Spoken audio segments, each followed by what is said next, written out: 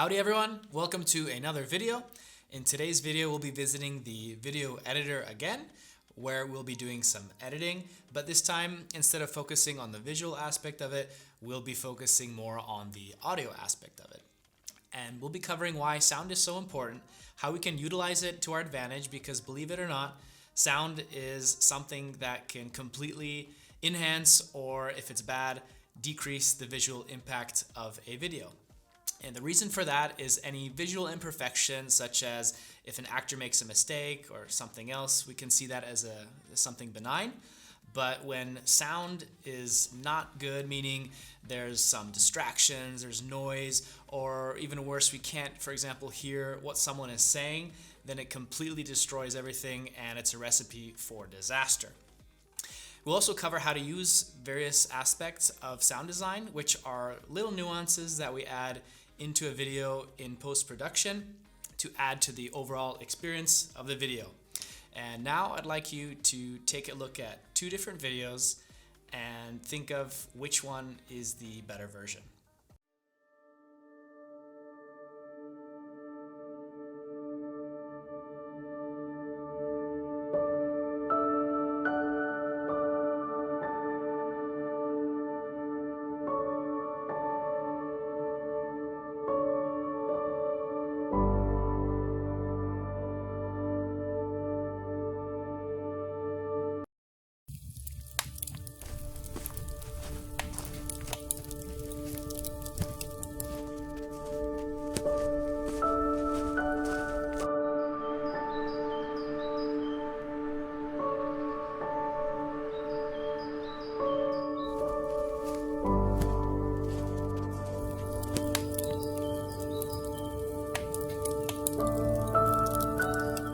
Okay, so I bet most of you thought that number two, the second version, was the better video. And the reason for that is because we added what is known as sound design.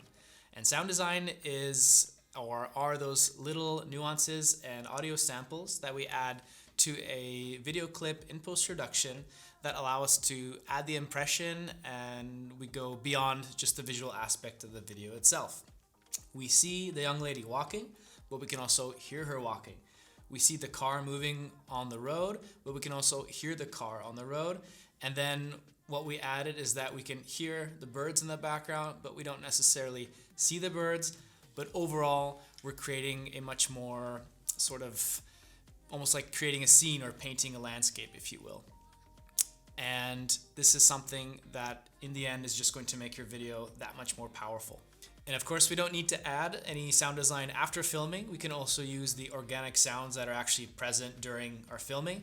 But sometimes things just don't quite work that way for whatever reason, like maybe you don't have the gear to properly record and other things. So we can just make it easier for ourselves in the end and add the effects after the fact. Okay, so let's check it out and see how we can actually find these sounds, how to apply them, and even more like mastering your sound, etc. So here I've already got the video clips on the timeline that you saw earlier. And let's start out by adding a background song, which is in the exact same folder that our other sound effects will be, that we'll be using in this video.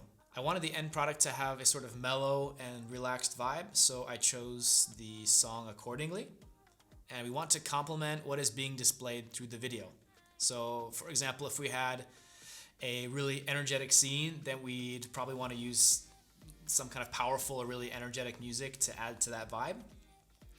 And it's very simple to add soundtracks to our video, and we do it the exact same way that we would when adding video tracks. You just simply drag and then drop them onto the timeline where we want it to play, like this. And I haven't edited any of the video tracks because that's not our priority in this video, and we're going to be solely focused on the sound design aspect of it. And as you can see here, we've got the first fire clip here, and then the lady that's walking among the grass, a car filmed by a drone, and so forth. How about we use the drone clip for our exercise? And I think this is an example of a clip where we definitely should add some sound to enhance the visuals. And a drone that's filming, from far away is not going to be able to pick up the organic sounds made by the car itself. And that's not to say that we need to add sound to something like this every time, but in most cases, adding some sound to a clip filmed at such a distance is going to be a good idea. And that's not to say that we need to add sound afterwards to every clip like this, but I think because this has been filmed at such a distance, it would be difficult to pick up any organic sounds, so I think in this scenario, it's a good idea. So if you don't manage to record any organic sounds during your filming, you can access several audio banks or audio libraries, if you will, for audio samples. Some are free and some, of course, come at a cost. A really popular and free source without any copyright worries is YouTube. And below this video, you'll find a link that'll take you to such a source, and I encourage you to check it out because you might just find something that you like and use it in your next video. So I've gone through beforehand and selected the sound that we'll be using. I want to add a sound with a car traveling on the road for the drone clip, and that's this one that I have right here, and it's aptly named Highway in Distance, which reminds me that when you search for a sample in the library for a sound that you need, feel free to use keywords like highway in the distance or etc. That just using the words that match what you're looking for. Now I'll take the audio and drop it right underneath the drone video clip. But notice how the clip is too short and doesn't cover the entire video. This is where we'll have to get creative. But first, let's run the two together to see if they actually pair nicely and if the highway sound fits. Also, if you want to switch off any of the audio, you can easily do that right here by clicking on the speaker icon on the audio track where we actually have our music or sound. And let's turn it off so that we can check our sound sample that we added to hear the car clip without any other distractions. Okay, so this sample seems very nice to me and it makes sense for the visuals, but it's just too short as I mentioned earlier. So how do we work that out? Well, one of the options we have is to stretch the sample by isolating a monotone from the sample and then just cloning it. And this technique won't work with every sound sample, but there should not be a problem in this case. Notice that when we play the audio again, it fades out towards the end. And because we need to select a part that's a bit more monotone, it's looking like the center of this clip is going to be the section that we want to clone. Okay, so we are going to have to isolate a part in the middle and push away and save that end part that fades to the end of this video clip. Let's move it over there right now like this. Okay, now we'll fill in the middle part with the clone of our selected middle. And we can do that by holding the control key and dragging with our mouse, just like this. And we'll duplicate that several times. And now let's inspect and see if our cloning has paid off. Hey, that sounds pretty good. Of course, you might be able to hear a bit of an echo or rather a loop, and that's because we did the process, of course, quite quickly, and ideally it would deserve a bit more time with some more fine-tuning. Okay, now to spice it up a bit, I'd like to add some bird calls or bird chirping, and I also have that sample ready right here.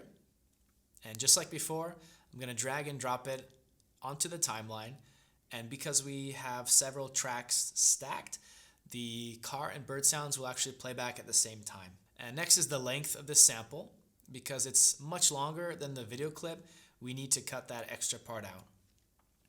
And now that it's deleted, let's try and play the samples along with the video track. Okay, and now let's add the music track that we muted before starting this process.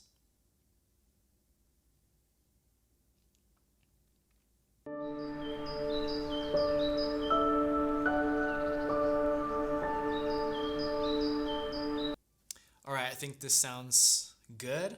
And from what was a really simple shot of a car on a snowy mountain road, we now have more of a harmonious clip with the audio background that creates a lot more emotion and overall feeling.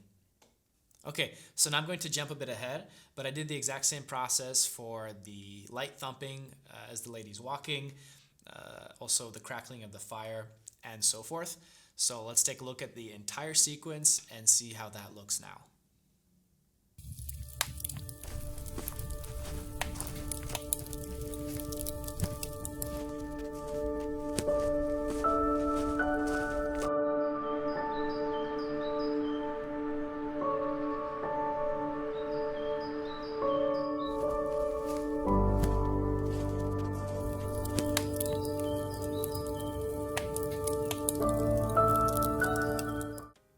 Okay, now there's one thing that you may have noticed, and that is this line on both the video and audio clips.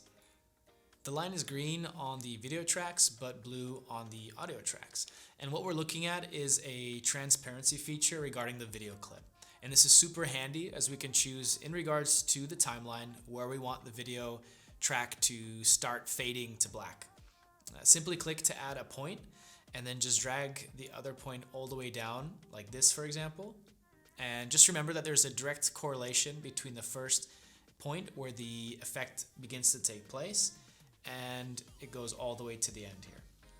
If we move it earlier on in the timeline, then of course this sort of fading out effect is going to happen much earlier.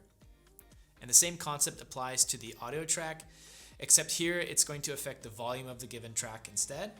And we can, for example, lower the volume when someone begins talking in the video, and afterwards we can raise the volume back to its original level if we need to. Alright amigos, thank you for watching this video. I hope we helped to shed some light on how we can use sound design to enhance our video in the video editor. Of course, it's not something you have to use, as I also recommend, as much as possible, grabbing the organic sounds from your surroundings during filming. But this is another thing that you can do to increase the effect of your videos. Give us a thumbs up, let us know what you think below, and see you in the next video. Take care, until next time.